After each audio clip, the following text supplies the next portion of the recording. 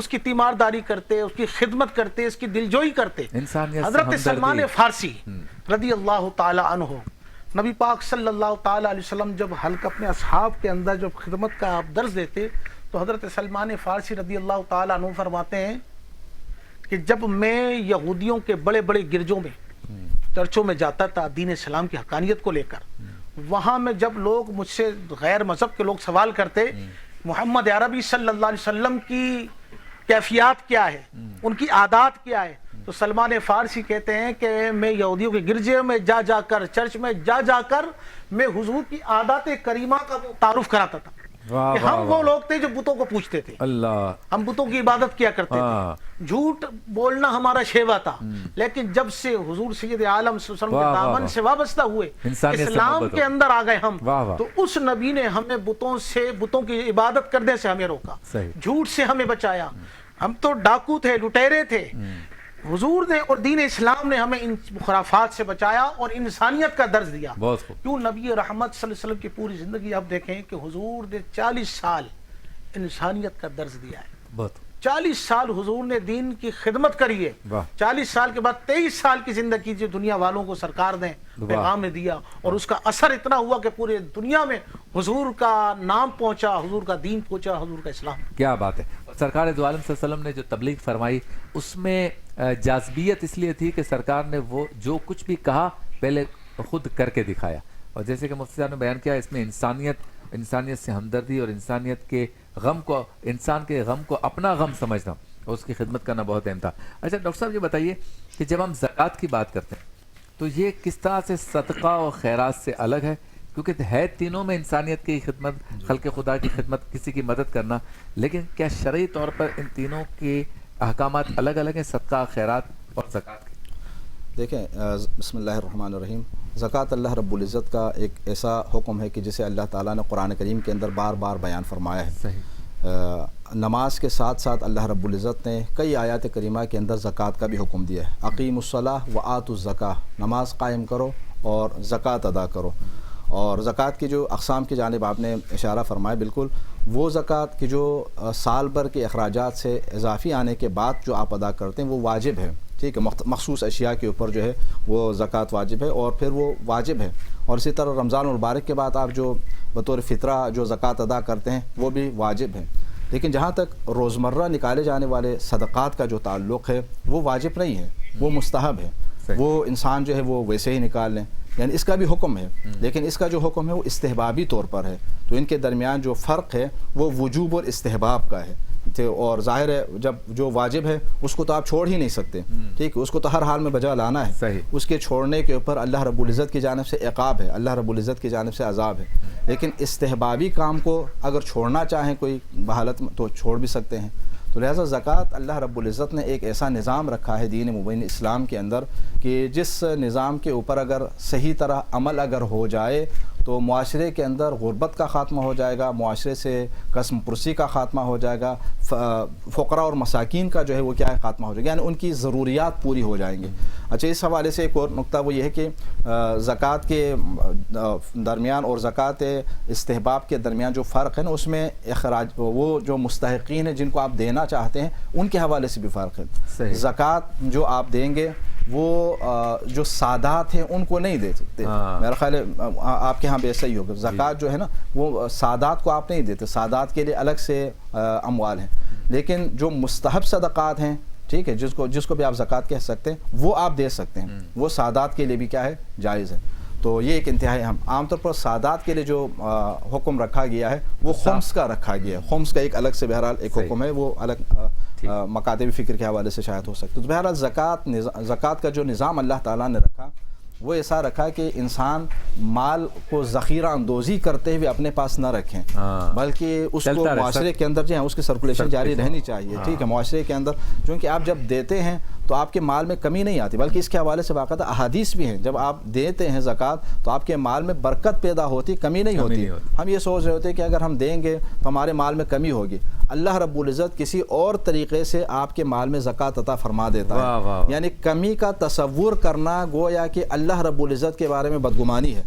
کہ ہم اس کی راہ میں دے رہے ہیں تو وہ مال ختم ہو جائے گا, کم ہو جائے گا. کیوں سوچتے ہیں؟ جی, کیونکہ اللہ رب العزت جب ایک حکم ہمارے لیے واجب قرار دیتا ہے تو اس میں انسانیت کا نفع پوشیدہ ہے, یعنی انسان کا. اللہ رب العزت کو تو کوئی فائدہ نہیں ان کاموں کا, ٹھیک ہے. ہم جو بھی کام انجام دیتے ہیں, جتنی عبادتیں ہیں, ان عبادتوں کا جو فائدہ ہے وہ ہماری جانب بازگشت ہے اس کی, ٹھیک ہے. تو اس لیے انسانیت کا فائدہ ہے, خود ہمارا اپنا مقام بلند ہو جاتا ہے, ہم اللہ رب العزت کا تقرب حاصل کر لیتے ہیں, معاشرے کے اندر موجود لوگوں کی ضروریات جو ہے وہ پوری ہو جاتی ہے. ہمارے یہاں الحمدللہ رمضان المبارک میں لوگ زکوٰۃ اور صدقہ و خیرات وغیرہ کا زیادہ سے زیادہ اہتمام کرتے ہیں. یہ اگر ایک منظم انداز میں اگر ہو, ٹھیک ہے, معاشرے کے اندر جو ابھی زکوٰۃ کے جو مصارف ہیں ان کے حوالے سے جو بات ہوگی تو شاید وہاں پر بھی بات آ جائے, اور اگر منظم انداز میں ایک بہترین طریقے سے اگر زکوٰۃ کی تقسیم کا نظام اگر معاشرے کے اندر ہو, معاشرے میں رمضان المبارک کے بعد یہ جو گداگر ہیں, کل ہم پروگرام کر رہے تھے, جو فقراء ہیں, جو مساکین, نظر نہیں آنے چاہیے, ٹھیک ہے. اتنے سارے لوگوں کو اللہ رب العزت نے مال و دولت سے عطا فرمایا ہوا ہے, تو وہ اپنے فرائض کے اوپر اگر عمل کر لیتے ہیں, واجبات کو انجام اگر دے دیتے ہیں, تو معاشرے کے اندر یہ غربت کا خاتمہ ہو جائے گا. تو اللہ تعالیٰ نے معاشرے سے غربت کا خاتمہ چونکہ ہر کوئی معاش کی دوڑ میں, پیسوں کی دوڑ میں ایک سپیڈ کے ساتھ نہیں دوڑ سکتے, کچھ لوگ بیچارے پیچھے رہ جاتے ہیں, تو ان کے مال کو اللہ تعالیٰ نے آپ کی جیب کے اندر رکھا ہوا ہے, آپ کے پاس رکھا ہے. یہ اب حقوق العباد میں بھی آ جاتے ہیں کہ آپ ان کا کتنا خیال رکھتے ہیں اور ان کی ضروریات کو کتنا پورا کرنے کی کوشش کرتے ہیں. اچھا مفتی صاحب, کوئی وعیدات ہیں کہ اگر کوئی زکوٰۃ نہیں دے گا تو وہ گناہ گار ہوگا, اور اس کے لیے اس کا گناہ کیا ہے, کوئی سزا بیان کی گئی؟ بسم اللہ الرحمن الرحیم, اہدنا الصراط المستقیم, صدق اللہ العظیم. آج کا جو موضوع ہے انتہائی اہم ترین اور بہت طویل موضوع ہے, لیکن چونکہ مطلب پھول نہ صحیح, پھول کی پتی صحیح, اللہ پاک کی صبر بارگاہ میں قبول فرما لیں. اور زکوٰۃ اسلام کے فرائض میں سے ایک بہت اہم فریضہ اور رکن ہے, اور یہ زکوٰۃ دینے پر جہاں فضائل ہے, برکتیں ہیں کہ اللہ مال میں برکت دیتا ہے اور اللہ خوش ہوتا ہے, جنت میں نعمت عطا کی جائے گی, مال میں برکت دی جائے گی. دیکھیں زکوٰۃ کا حسن یہ ہے کہ جس طرح ایک مالی ہوتا ہے نا, آپ نے دیکھا ہوگا کہ مالی صرف پانی نہیں دیتا رہتا بلکہ پودوں کی چھٹائی بھی کرتا ہے. وہ چھٹائی کرنے سے ہوتا کیا ہے, اسی طرح جو بالوں کے ڈاکٹر ہوتے ہیں وہ کہتے ہیں یوں بال تراش, آپ 2 منہ کے بال آ جائیں تو اس کو تراش دیں, اس سے بال کی بڑھوتری ہوگی, بال گھنے ہوں گے اور خوبصورت ہوں گے. اسی طرح مال ہے, اور یہ مال کا میل کہا گیا ہے. صحیح. اب ہوتا کیا ہے, سب سے زیادہ نفس پر جو گرا ہے نا وہ مال خرچ کرنا ہے. بندہ ٹائم دے دے گا, سب کچھ دینے پہ تیار ہوگا, مال نہیں دے گا کسی وقت آسانی سے. تو اللہ رب العالمین نے اس کو کرنے کا حکم دیا کہ اچھا پھر یہ دیکھیں کہ زکوٰۃ کا جو احکامات ہے, زکوٰۃ کے جتنے احکامات ہیں, زکوٰۃ کے احکامات میں ایک حکم یہ بھی ہے کہ جب سال گزر جائے تب شریعت کی طرف سے حکم آئے گا کہ تم اب زکوٰۃ ادا کرو. ٹھیک ہے, جو فلسفہ زکوٰۃ ہے, فلسفہ زکوٰۃ ہمیں کیا بتاتا ہے. پھر دوسرا یہ قرآن مجید, فرقان حمید اور احادیث طیبہ میں اس کی مذمت بیان کی گئی کہ جو شخص اللہ نے اس کو مال دیا, کیونکہ زکوٰۃ کا شکر ادا, مال کا شکر یہ ہے کہ اس کو زکوٰۃ نکالی جائے, بدن کا شکر کیا ہے کہ روزہ رکھا جائے. صحیح. ٹھیک ہے, تو مال کا شکر کیا ہے کہ اس کی زکوٰۃ نکالی جائے. اب جو شخص زکوٰۃ ادا نہیں کرتا, مال ہے, اب قرآن مجید فرقان حمید سورہ توبہ میں رب العالمین ارشاد فرماتا ہے, ارشاد فرمایا کہ والذین یکنزون الذھب والفضۃ, جو لوگ چاندی اور خزانے ڈھیر جمع کر کے رکھتے ہیں, ولا ينفقونها فی سبیل اللہ, اور اسے اللہ کی راہ میں خرچ نہیں کرتے. یعنی کیا مطلب, شریعت کو جو مطلوب ہے زکوٰۃ, وہ مطلوب زکوٰۃ اس کو ادا نہیں کرتے. اب قیامت کا دن ہوگا, قرآن شاہ فرماتا ہے فبشرہم بعذاب علیم, ان کو دردناک عذاب کی خوشخبری سنا دیجیے. اللہ. دیکھیں نا, جس طرح قبلہ نے مفتی صاحب نے فرمایا کہ یہ نظام زکوٰۃ ایسا بنائے شریعت نے کہ واقعی منصفانہ طریقے سے اگر اس کو تقسیم کر دیا جائے تو 1 سال بعد کوئی بھی غریب موجود نہیں رہے گا, سب صاحب ثروت ہوں گے اور سب مالدار ہوں گے. اور قرآن نے فرمایا قیامت کے دن جب یہ جو زکوٰۃ ادا نہ کرنے والا شخص ہے نا, یہ قیامت کے دن پہنچے گا تو اس کا سونا اور چاندی لایا جائے گا. یہ سکے کی صورت میں ہوگا. یوم یحما علیہا فی نار جہنم فتکوی بہا جباہہم وجنوبہم وظہورہم. تو قرآن فرماتا ہے کہ پھر اس سونے اور چاندی کو گرم کیا جائے گا جہنم کی آگ کے اندر. اچھا قبلہ, بات یہ ہے کہ دنیا کی آگ کے اندر سونے اور چاندی کو ڈالا جائے تو پگھل جاتا ہے, لیکن وہاں یہ ایسا بن جائے گا کہ ٹھیکری کی صورت میں.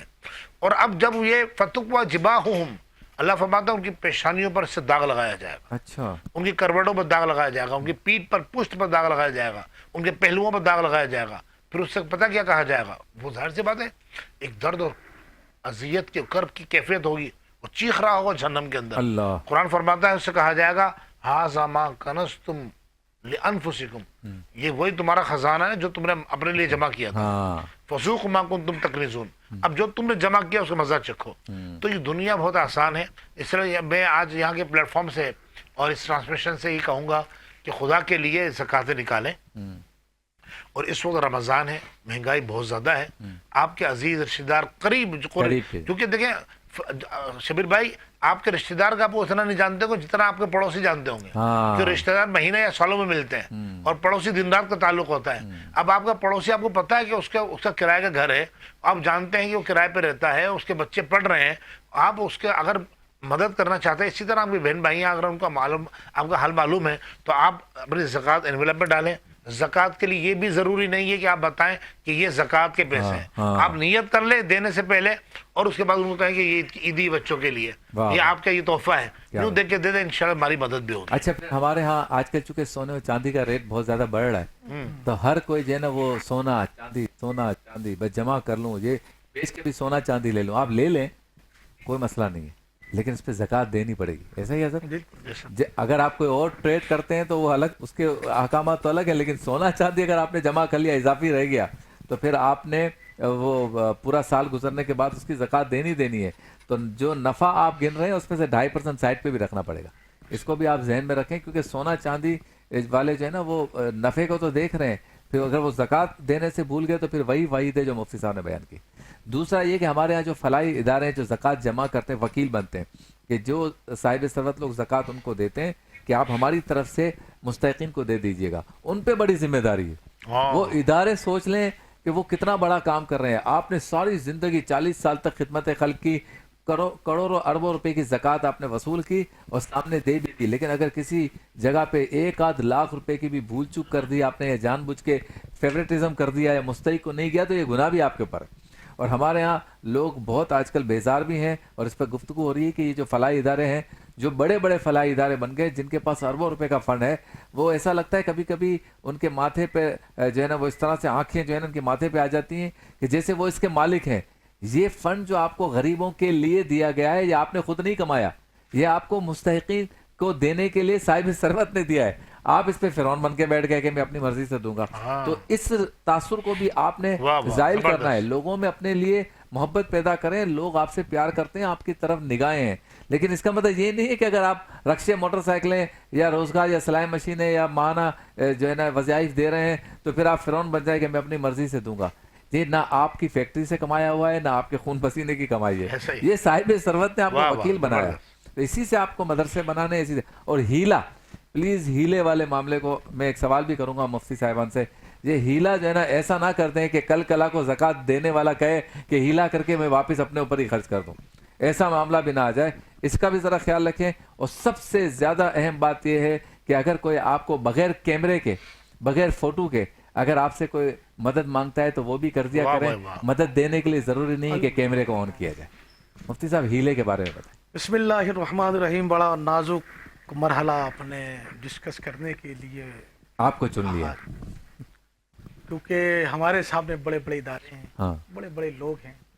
تو آج میں اگر کسی کو امین بنا رہا ہوں اپنی زکوٰۃ پر, میں اس کو امین بنا کیوں رہا ہوں؟ میں اس کی ظاہری شرافت کو دیکھ کر. اب مجھے یہ تو نہیں پتا کہ اس کے دل میں کیا ہے, اس کے خیالوں میں کیا ہے. ایسا ہی ہے.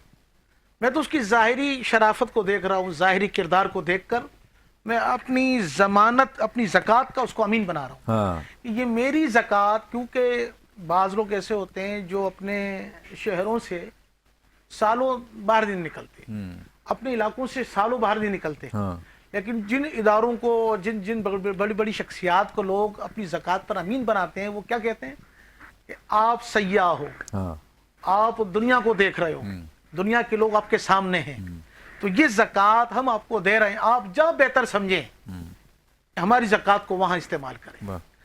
اگر واقعی وہ بن جانب اللہ, اگر واقعی اس کے سینے میں ایمان اور اسلام ہے, اور واقعی وہ امین ہے اور خیانت کرنے سے باز ہے, تو واقعی اگر وہ اس زکوٰۃ کو صحیح ترک سے اور صحیح مقامات پر اگر وہ پیش کر دیتے ہیں تو فبیہا بہت ہی اچھی بات ہے. صحیح. اگر ایسا نہ ہوا اور اس کے برخلاف ہوا تو قبر دور نہیں, محشر دور نہیں ہے. رب کی بارگاہ میں ہر ایک کی حاضری ہونی ہے, ہر ایک کے نامہ اعمال پیش کیے جائیں گے, کیونکہ وہاں پر زبانوں پر تو مہر لگ سکتی ہے. وہاں پر جو معاملات ہوں گے, ہاتھ پاؤں دل دماغ, یہ اس کے مخالفت کریں گے اللہ کی بارگاہ میں. کہ کسی کا ایک رتی, حدیث میں آیا کسی نے اگر کسی کی ایک رتی اس کی اجازت کے بغیر اگر استعمال کری تو اس کا فقدان وہ میدان محشر اور قبر میں وہ بھگتے ہیں. اچھا حضرت یہ بتائیں کہ ایسی جگہ پہ استعمال کرنی ہے زکوٰۃ جو اس کا جہاں اس کو استعمال کرنے کی اجازت نہیں ہے شریعت میں. اب کہا جا رہا ہے کہ بھئی وہاں استعمال کرنا ضروری ہے, وہاں ضرورت ہے, تو پھر ایک شرعی فقیر کو پہلے پیسے دے دیے, پھر اس کے ساتھ سیٹنگ کر لی کہ تم واپس ہمیں دے دو. اس کو کہتے ہیں ہیلا, یہی کہتے ہیں نا. یہ ہیلا کیا ہے, اس پر ذرا گفتگو کرنی ہے مختصر سے بریک کے بعد, کیونکہ ہیلے میں بھی بریک بہت ضروری ہے. مختصر سا وقفہ.